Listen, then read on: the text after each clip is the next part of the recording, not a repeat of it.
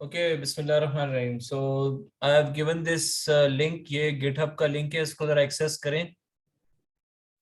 Just share because I have to back and forth between this. अच्छा देखें, ये वो पहली एग्जांपल है जो आप लोगों को मैंने करवाई थी।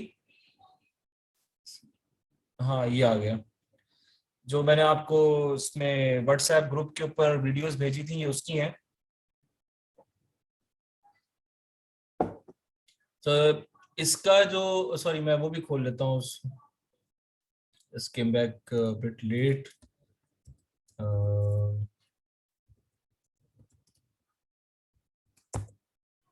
ये अच्छा, हाँ मैंने जो आपको फॉर्म भी करवाना है यार, ओहो। Let me just go through that once. Okay, let's do this docker swarm basics. इसमें से एक दो चीजें तो पहले हमने कर ली थी किसी क्लास में, as far as I remember, तो इसको देख लेते हैं। अब तो खैर आपका एग्जाम कोई भी नहीं, आपकी लर्निंग के लिए मैं जल्दी जल्दी ब्राउज कर लेता हूँ। डॉकर देखें, if I install Docker on two machines, right? तो each of them is a Docker node, ठीक है। तो Docker node का कॉन्सेप्ट Hadoop नोड की तरह है। तो जैसा कि Hadoop का नेटवर्क बन सकता है, इसी तरह Docker का भी नेटवर्क बन सकता है, ठीक है। और हर कंपोनेंट को Docker नोड कहेंगे। तो वो फिजिकल मशीन भी हो सकती है और वर्चुअल मशीन भी हो सकती है, या आप अगर इसको कहें कंटेनर भी हो सकता है, ठीक है। That runs the Docker application call the Docker engine. बहरहाल अब जैसे मैंने विंडोज पर डॉकर इंस्टॉल किया हुआ है, तो I am like running the Docker engine, ठीक है। और जो मेरा एक जो मशीन है वो बेसिकली एक मशीन जो है वो एक डॉकर नोड है। तो मैं सिंगल नोड पे काम कर रहा हूँ, लेकिन I can create multiple Docker nodes and then that will become the swarm, ठीक है। तो स्वॉर्म में ये होता है कि I I have multiple Docker nodes. अभी जो हम काम करें ना, हम ये कर रहे हैं कि एक ही डॉकर इंजन है, जैसे आपका अपना लैपटॉप है, और उसके ऊपर वही लैपटॉप आपका डॉकर नोड भी है, जैसे हमने सिंगल नोड हडूप पे हमने काम किया हुआ है। हाँ, हम ये कर रहे हैं कि उसी डॉकर इंजन के ऊपर, उसी नोड के ऊपर मल्टीपल कंटेनर्स को आपस में कम्युनिकेट करवा रहे हैं। So that is called a bridge. लेकिन अगर मैं मल्टीपल डॉकर नोड्स क्रिएट करूं तो वो फिर डॉकर स्वॉर्म हो जाता है। और उसमें मतलब फिर मुझे डॉकर नोड्स को आपस में कम्युनिकेट करवाना पड़ता है, जैसा कि मुझे किसी भी मशीन का जो लैब में जो पीसीज आपस में नेटवर्क होते हैं, एक दूसरे को आप आईपी एड्रेस के थ्रू पिंग कर सकते हैं। तो वो मुझे डॉकर नोड्स को आपस में कॉन्फ़िगर करवाना पड़ेगा इन अ डॉकर स्वॉर्म, ठीक है। तो Docker swarm is a very advance topic. मैं कभी मुझे मौका मिला तो मैं इस पे कोई वीडियो रिकॉर्ड करके आप लोगों को सेंड कर दूंगा, लेकिन कोर्स में हम लोग इसको नहीं कर पाएंगे, ये मुश्किल हो जाएगा। अनलेस के 3-4 बच्चे मेरे पीछे पड़ जाएं तो फिर मैं एक महीने तक तैयार कर लूंगा, ठीक है। तो डॉकर स्वॉर्म जो है ना, उसमें ये लिखा आ रहा है कि is a group of Docker nodes. ये मैं आपको ऑलरेडी बता चुका हूँ, ठीक है। हमें बहुत ज्यादा मैनेजमेंट की इसकी जरूरत नहीं है, क्योंकि वो स्वॉर्म का जो सॉफ्टवेयर है ना, स्वॉर्म किट जो है फॉर एग्जांपल, वो खुद ही इसको मैनेज करता है। This is an embedded component of the Docker engine. और ये स्वॉर्म मोड प्रोवाइड करता है जिसके थ्रू आप डिफरेंट नोड्स आपस में कम्युनिकेट करवा सकते हैं। अब इसका मेरा ख्याल में सोल्यूशन ये होगा कि अगर मैं अगर मेरे पास एक ऐसा सर्वर मशीन हो जिसपे 32 गिग्स ऑफ रैम हो, मैं उस पर 2 VMs रन करूं, हर VM में अलग से डॉकर इंस्टॉल करूं, ठीक है। तो वो 2 नोड्स हो गए, और मैं 2 VMs को आपस में डॉकर के थ्रू कम्युनिकेट करवाऊं, तो वो डॉकर का नेटवर्क बन जाएगा, ठीक है। दूसरा तरीका ये हो सकता है कि मैं 2 लैपटॉप्स ले लूं, और दोनों लैपटॉप्स के ऊपर अलग अलग डॉकर इंस्टॉल करूं, तो 2 इंजन्स हो गए और 2 नोड्स हो गए, और उनको आपस में कम्युनिकेट करवा लूं, तो वो भी, उस पर भी स्वार्म बन सकता है। तो it's exactly like the Hadoop cluster, ठीक है।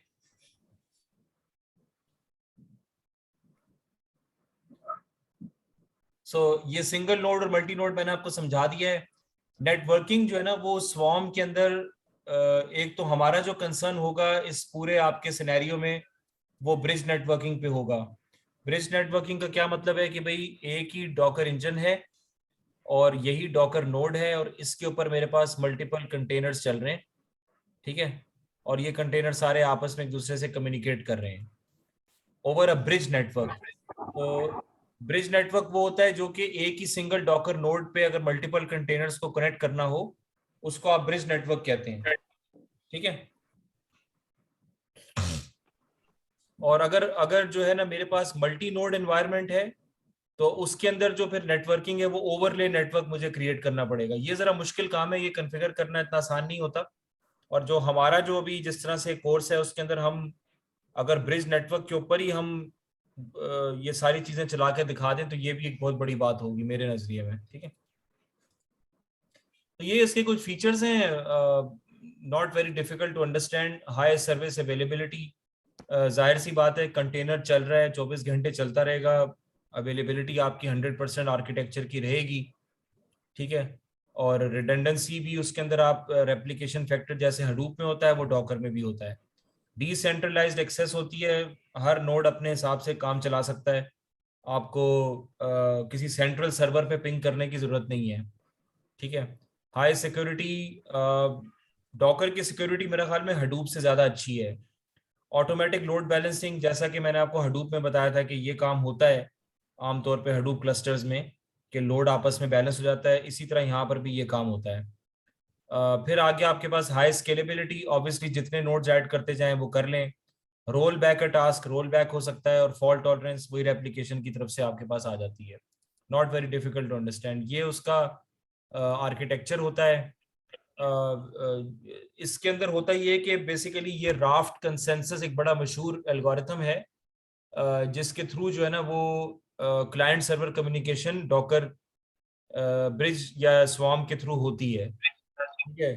तो एक जो है ना वो मैनेजर होता है और एक एटलीस्ट वर्कर होता है, और ये आपस में इस तरह कम्युनिकेट कर रहे होते हैं। मैनेजर्स आपस में कम्युनिकेट करते हैं राफ्ट कंसेंसस पे, और वर्कर आपस में गॉसिप नेटवर्क के थ्रू इम्प्लीमेंटेड होता है। तो इसकी हमें डिटेल्स में फिलहाल जाने की जरूरत नहीं है, नेटवर्किंग की डिटेल्स हैं हमारे पास, इसका टाइम नहीं बचा वरना ये भी मैं आपको करवा देता। बहरहाल मैनेजर नोड और वर्कर नोड, ठीक है। Manager node handles all the cluster management task. ये तो अब आपको पता ही है, वही नेम नोड वाली कहानी है। यार ये उसका स्पीकर किसका ऑन है? एक मिनट है, चेक करें। शिजा, ठीक है। तो मैनेजर जो है ना वो, मतलब ये चीजें तो आप खुद भी सोच सकते हैं कि मैनेजर क्या क्या काम करता होगा, ठीक है। Maintains the internal state of the swarm, allocates task to worker node, schedules the services. HTTP के एपीआई जो एंड पॉइंट्स है वो उसको सर्व करता है। अगर किसी ने कोई डैशबोर्ड के ऊपर कोई चीज़ें देखनी है तो उसके जो एपीआई के एंड पॉइंट्स हैं वो जो यूआरएल्स वगैरह हैं वो सारी जो कम्युनिकेशन के प्रोटोकॉल्स हैं वो सब मैनेज करता है, ठीक है। मल्टीपल मैनेजर नोड्स हो सकते हैं, मिनिमम 1 होना चाहिए। जितने ज़्यादा मैनेजर्स होंगे परफॉर्मेंस डिक्रीज होगी, तो कम से कम एक ही रखें या मैक्सिमम 2 रख लें। एक मैनेजर जो है वो लीडर नोड भी होता है। लीडर नोड कैसे सिलेक्ट किया जाता है? वो राफ्ट कंसेंसस के थ्रू सिलेक्ट किया जाता है, वो ये एक बाय डिफॉल्ट एक मशहूर एल्गोरिथम है। अगर लीडर नहीं है तो न्यू लीडर वोटिंग के थ्रू या जैसा भी है राफ्ट कंसेंसस के थ्रू वो न्यू लीडर डिटेक्ट हो जाता है। वर्कर नोड्स का मेन काम ये होता है कि वो कंटेनर को एग्जीक्यूट करते हैं, मैनेज नहीं करते बल्कि काम करते हैं। मैनेजर्स भी वर्कर्स होते हैं, वही हडूप वाली कहानी है। Worker nodes accept task send from the manager nodes, again वही वाली कहानी है। और फिर ये हार्ट बीट जैसे वहाँ आती थी, यानी हर जो डेटा नोड है वो अपना नेम नोड को हार्ट बीट भेजता था, लिहाजा यहाँ पर भी यही हार्ट बीट वाली कहानी होती है। स्वार्म के मामले में ये मैनेजर करता है आपका सारा, राफ्ट के थ्रू एपीआई ऑर्केस्ट्रेट करता है, एलोकेट रिसोर्सेज करता है, डिस्पैच करता है टास्क को, स्केड्यूल करता है, वही सारे जो लवाजमाती मैनेजरियल काम होते हैं वो ये करता है। और वर्कर का काम जो होता है वो ये होता है कि आपने प्रोसेसिंग जो करवानी है कंटेनर्स में वो सारा वर्कर नोट करते हैं, ठीक है। अब ये आपने देखा होगा कि अभी हम देखेंगे डॉकर कंपोज फाइल के अंदर जो सर्विसेज का हम शुरू में एक टैग डालते हैं, कीवर्ड डालते हैं सर्विसेज। तो सर्विसेज के अंदर सारी की सारी हमारे कंटेनर्स डिफाइन होते हैं, ठीक है। तो सर्विस का क्या मतलब है कि it's a definition of an application. जब आप एक कंपोज फाइल में सर्विस लिखते हो, जैसे मैं आपको ये शेयर करके बताता हूँ।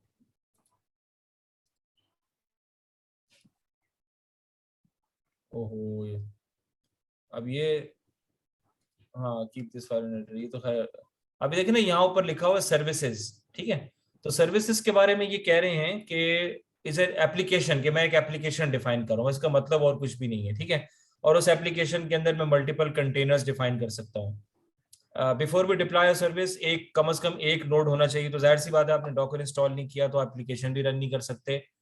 Service is the definition of the task to execute on the manager और वर्कर, जैसा भी है। तो आपने करना क्या है, तो ये जो मैंने आपको ये दिखाया है डॉकर कंपोज फाइल, अभी हम 3-4 एग्जांपल्स करेंगे, तो आप जरा ध्यान रखिएगा।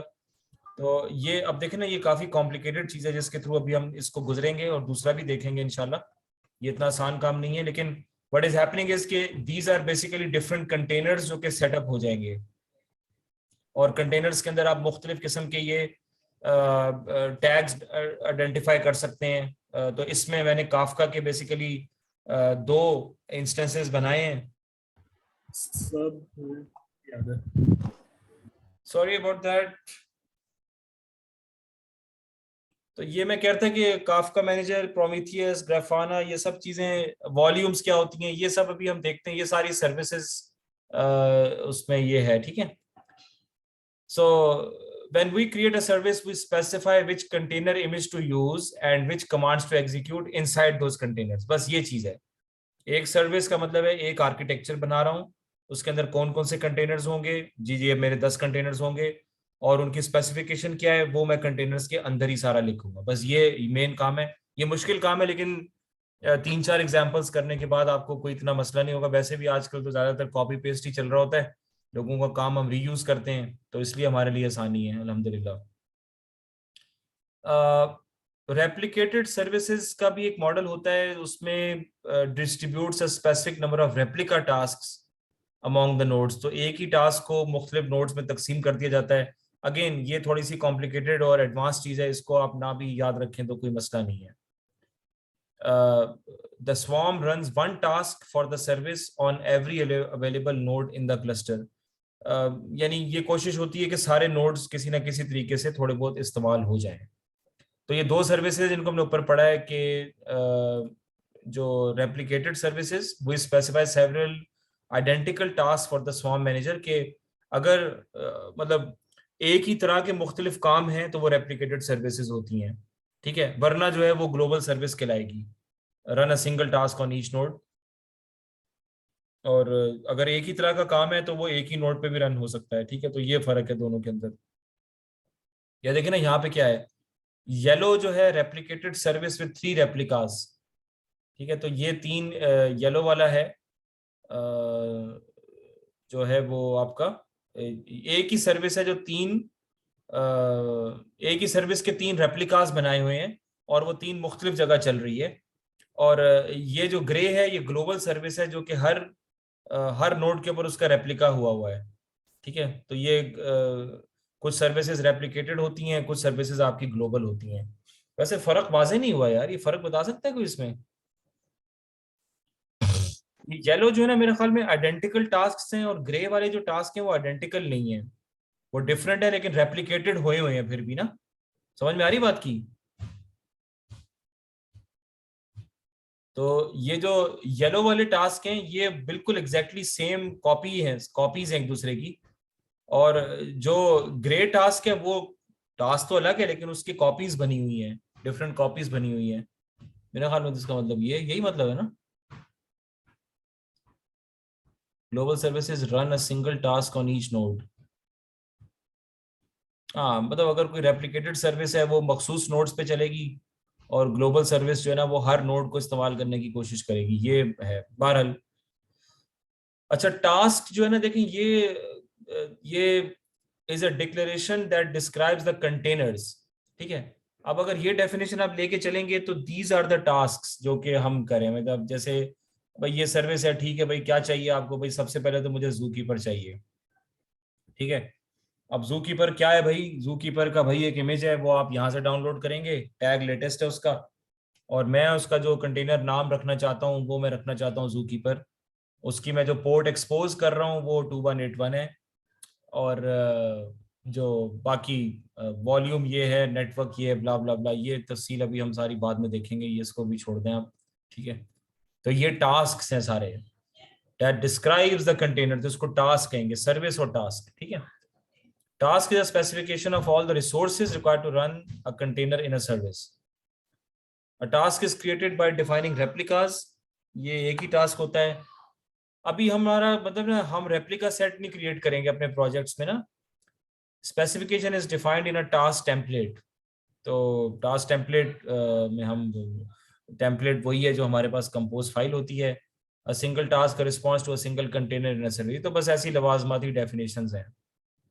और जो मैनेजर होगा, अब जैसे अब ये मेरा लैपटॉप है ना, तो इस ये मैनेजर भी है, ये वर्कर भी है, क्योंकि मैं सिंगल नोड पे काम कर रहा हूँ। तो नेटवर्क तो बना हुआ है, लेकिन उस तरह से ओवरले नहीं है, ब्रिज नेटवर्क पे हम काम कर रहे हैं। ठीक है, तो वो आपस में टास्क तकसीम हो जाता है, ब्ला ब्ला ब्ला। Worker nodes receive and execute tasks dispatched from manager nodes. By default, manager nodes also run the task as worker nodes. ये हम ऑलरेडी पढ़ चुके हैं ऊपर, but we can configure them to run them separately. इसकी अभी फिलहाल कोई जरूरत नहीं है। और वर्कर नोड अपनी हार्ट बीट वगैरह के साथ मैनेजर को बताता रहता है। ठीक है, अब ये मैंने स्नैपशॉट्स वगैरह सब डाले हुए हैं, ये अब थोड़ा सा कॉम्प्लिकेटेड हो जाएगा, लेकिन इसको मैं कर लेता हूँ। जब आप अपने सिस्टम पे लिखते हैं आईपी कॉन्फिग ऑल, तो जितने भी आपके वो हैं, आईपी कॉन्फिग ऑल, सॉरी,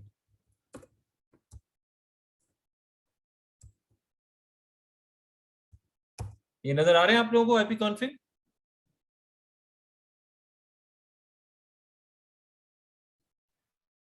जी सर। जी भाई, ये नजर आ रहे हैं आईपी कॉन्फिग सारे आप? जी सर नजर आ रहा है। जी दिख रहा है सर। अच्छा सॉरी। मतलब अगर आपने सीएमडी में करा है, हाँ दिख रहा है। हाँ, ये मतलब ये जितने भी आपके पास डिफरेंट नेटवर्क्स बने होते हैं ना कंप्यूटर, जैसे एक वाईफाई नेटवर्क है, एक लैन का हो सकता है, आप लैन की केबल भी इस्तेमाल करते हो, तो वो आपका बेसिकली, अबे यार, अल्लाह खैर करे। तो ये सारे नेटवर्क्स के नाम यहाँ पर आ रहे होंगे। अभी ये 2-3 मेरे बीटीए डिस्कनेक्टेड आ रहे हैं, क्योंकि कुछ मेरा हार्डवेयर का प्रॉब्लम चल रहा है लैपटॉप पे। बहरहाल वर्चुअल इथरनेट भी होता है। ठीक है, एक इथरनेट होगा जिसको हम लैन लैन कहते हैं। ये लैन केबल फिलहाल डिस्कनेक्टेड है, इसलिए वो कह रहे हैं मीडिया डिस्कनेक्टेड है। वाईफाई चल रहा है तो वाईफाई का ही आईपी वगैरह आ रहा है, बाकी ब्लूटूथ मैंने डिसेबल किया हुआ है। लेकिन जो मेन जो समझने वाली चीज है ना, विंडोज सिस्टम फॉर लिनक्स या विंडोज सर्विस फॉर लिनक्स, ये बेसिकली एक नेटवर्क है जो कि विंडोज ने बनाया है, जिसका नाम हाइपर वी नेटवर्क होता है, जो कि विंडोज रिसोर्सेज के ऊपर लिनक्स चलाने का एनवायरनमेंट क्रिएट कर देता है, जिसके ऊपर हम विंडोज फॉर डॉकर चला रहे हैं। ये मैंने आपको पहले भी बताया था। तो ये WSL के बगैर हम विंडोज पे डॉकर नहीं चला सकते, क्योंकि डॉकर का सारा काम है ही लिनक्स बेस्ड। अगर आप डिप्लॉयमेंट में ये सब काम करना चाह रहे हैं, आर्किटेक्चर्स वगैरह, तो बराए मेहरबानी विंडोज पे बिल्कुल भी ये काम ना कीजिएगा। ये तो सिर्फ समझाने के लिए है। ये सारा काम लिनक्स सर्वर मशीन्स पे होने वाला है, और वहां पे धड़ाधड़ तेजी से काम चलेगा और तरीके से काम होगा। यहाँ तो बहुत सारी कमांड्स हम रन ही नहीं कर पाते। मतलब लिनक्स की सारी कमांड्स में विंडोज कमांड लाइन पे नहीं रन कर पा रहा, आपको पता ही ना। जैसे मैं अगर मैं लिखूं IF कॉन्फ़िग लिखूं, कर लिखूं, तो बहुत सारी कमांड्स मेरी, यानी WSL तो है, लेकिन मैं कुछ कमांड सिर्फ डॉकर की चला पा रहा हूँ। अगर मैंने लिनक्स चलाना है तो लिनक्स का कंटेनर चलाना पड़ेगा। ठीक है, तो ये नहीं है कि मैं विंडोज पे पूरा का पूरा लिनक्स बनाना शुरू कर दूंगा, ऐसा मतलब नहीं है। मतलब ये कि कंटेनर के अंदर आप काम कर सकते हैं।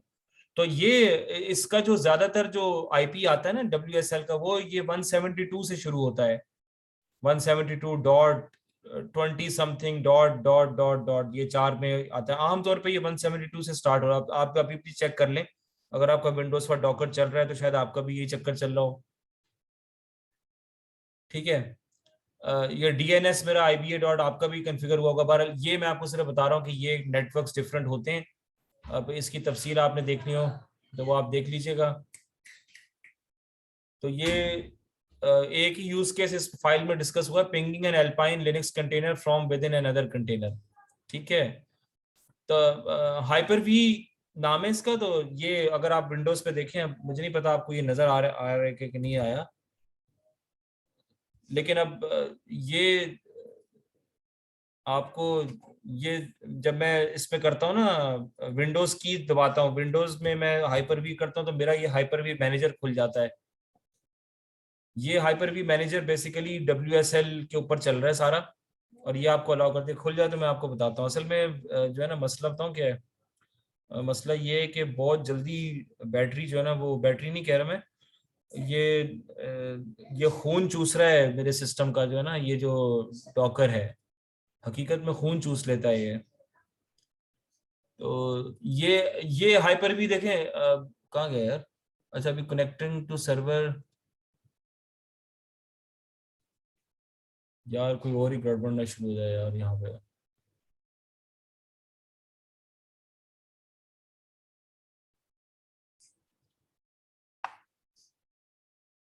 Connection is unstable.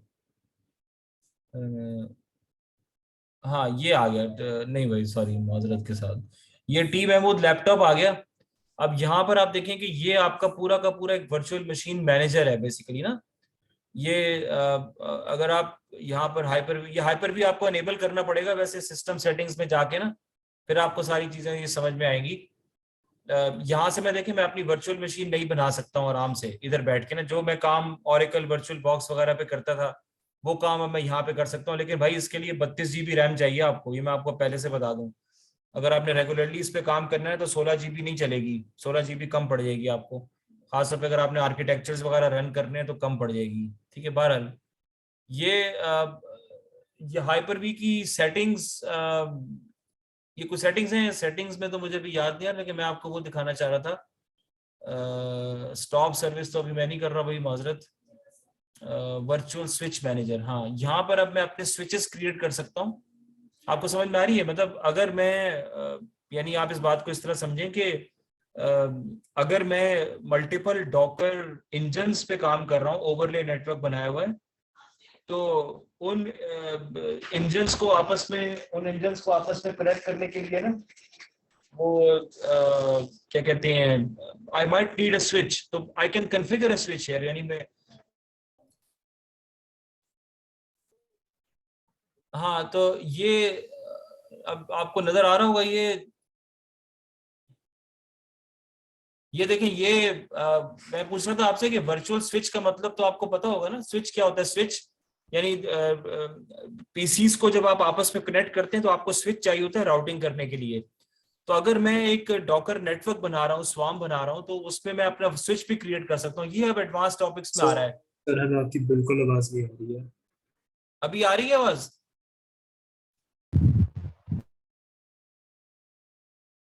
Sir hello, बीच बीच में कटती आ रहती रही है है क्योंकि आवाज मेरी आपके भाई? इंटरनेट ब्रेक करते रहता है। हेलो। नहीं सर, बिल्कुल भी नहीं आ रही। हाँ ये WSL चल रहा है भाई, आवाज आ रही है ना? अब आ रही है। चैट पे बता दें। अब कुछ बेहतर है। यार आप लोगों की सबकी आवाज ब्रेकअप हो रही है, अल्लाह खैर करे यार। क्यों?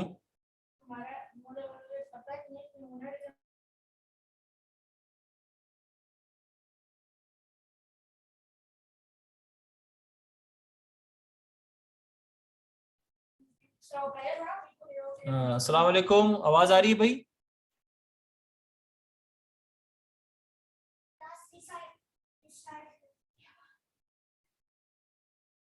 हेलो। जी सर, ये आ रही है। जी हाँ सर आ रही है। अच्छा, तो ये WSL, ये आप चेक कर लीजिएगा। ये WSL असल में वो नेटवर्क है जिसके ऊपर हमारा, ये भी देखिए एक स्विच की तरह काम कर रहा है। ये भी वर्चुअल स्विच बना हुआ WSL, और इसका बेसिकली काम ये है WSL का कि ये allows you to run Linux over Windows. ठीक है, ये भी उन्होंने स्विच के थ्रू जो है ना वो किया हुआ है काम। बहरहाल ये एक इससे आगे मैं नहीं जाऊंगा, बस इतना काफी है। अच्छा, तो a virtual switch is a software program that allows one VM to communicate with another VM। ठीक है, तो बेसिकली हम तो कंटेनर्स की खाते में जा रहे हैं ना, तो कंटेनर्स आपस में कैसे कम्युनिकेट करेंगे? ब्रिज नेटवर्क से करेंगे। अब ब्रिज नेटवर्क किस किस तरह चलेगा? वो वर्चुअल स्विच उसको चाहिए होगा, तो वो वर्चुअल स्विच जो है ना, वो WSL इज द टेक्नोलॉजी जिसके तहत कंटेनर्स आपस में ब्रिज नेटवर्क के ऊपर कम्युनिकेट कर रहे हैं। ठीक है।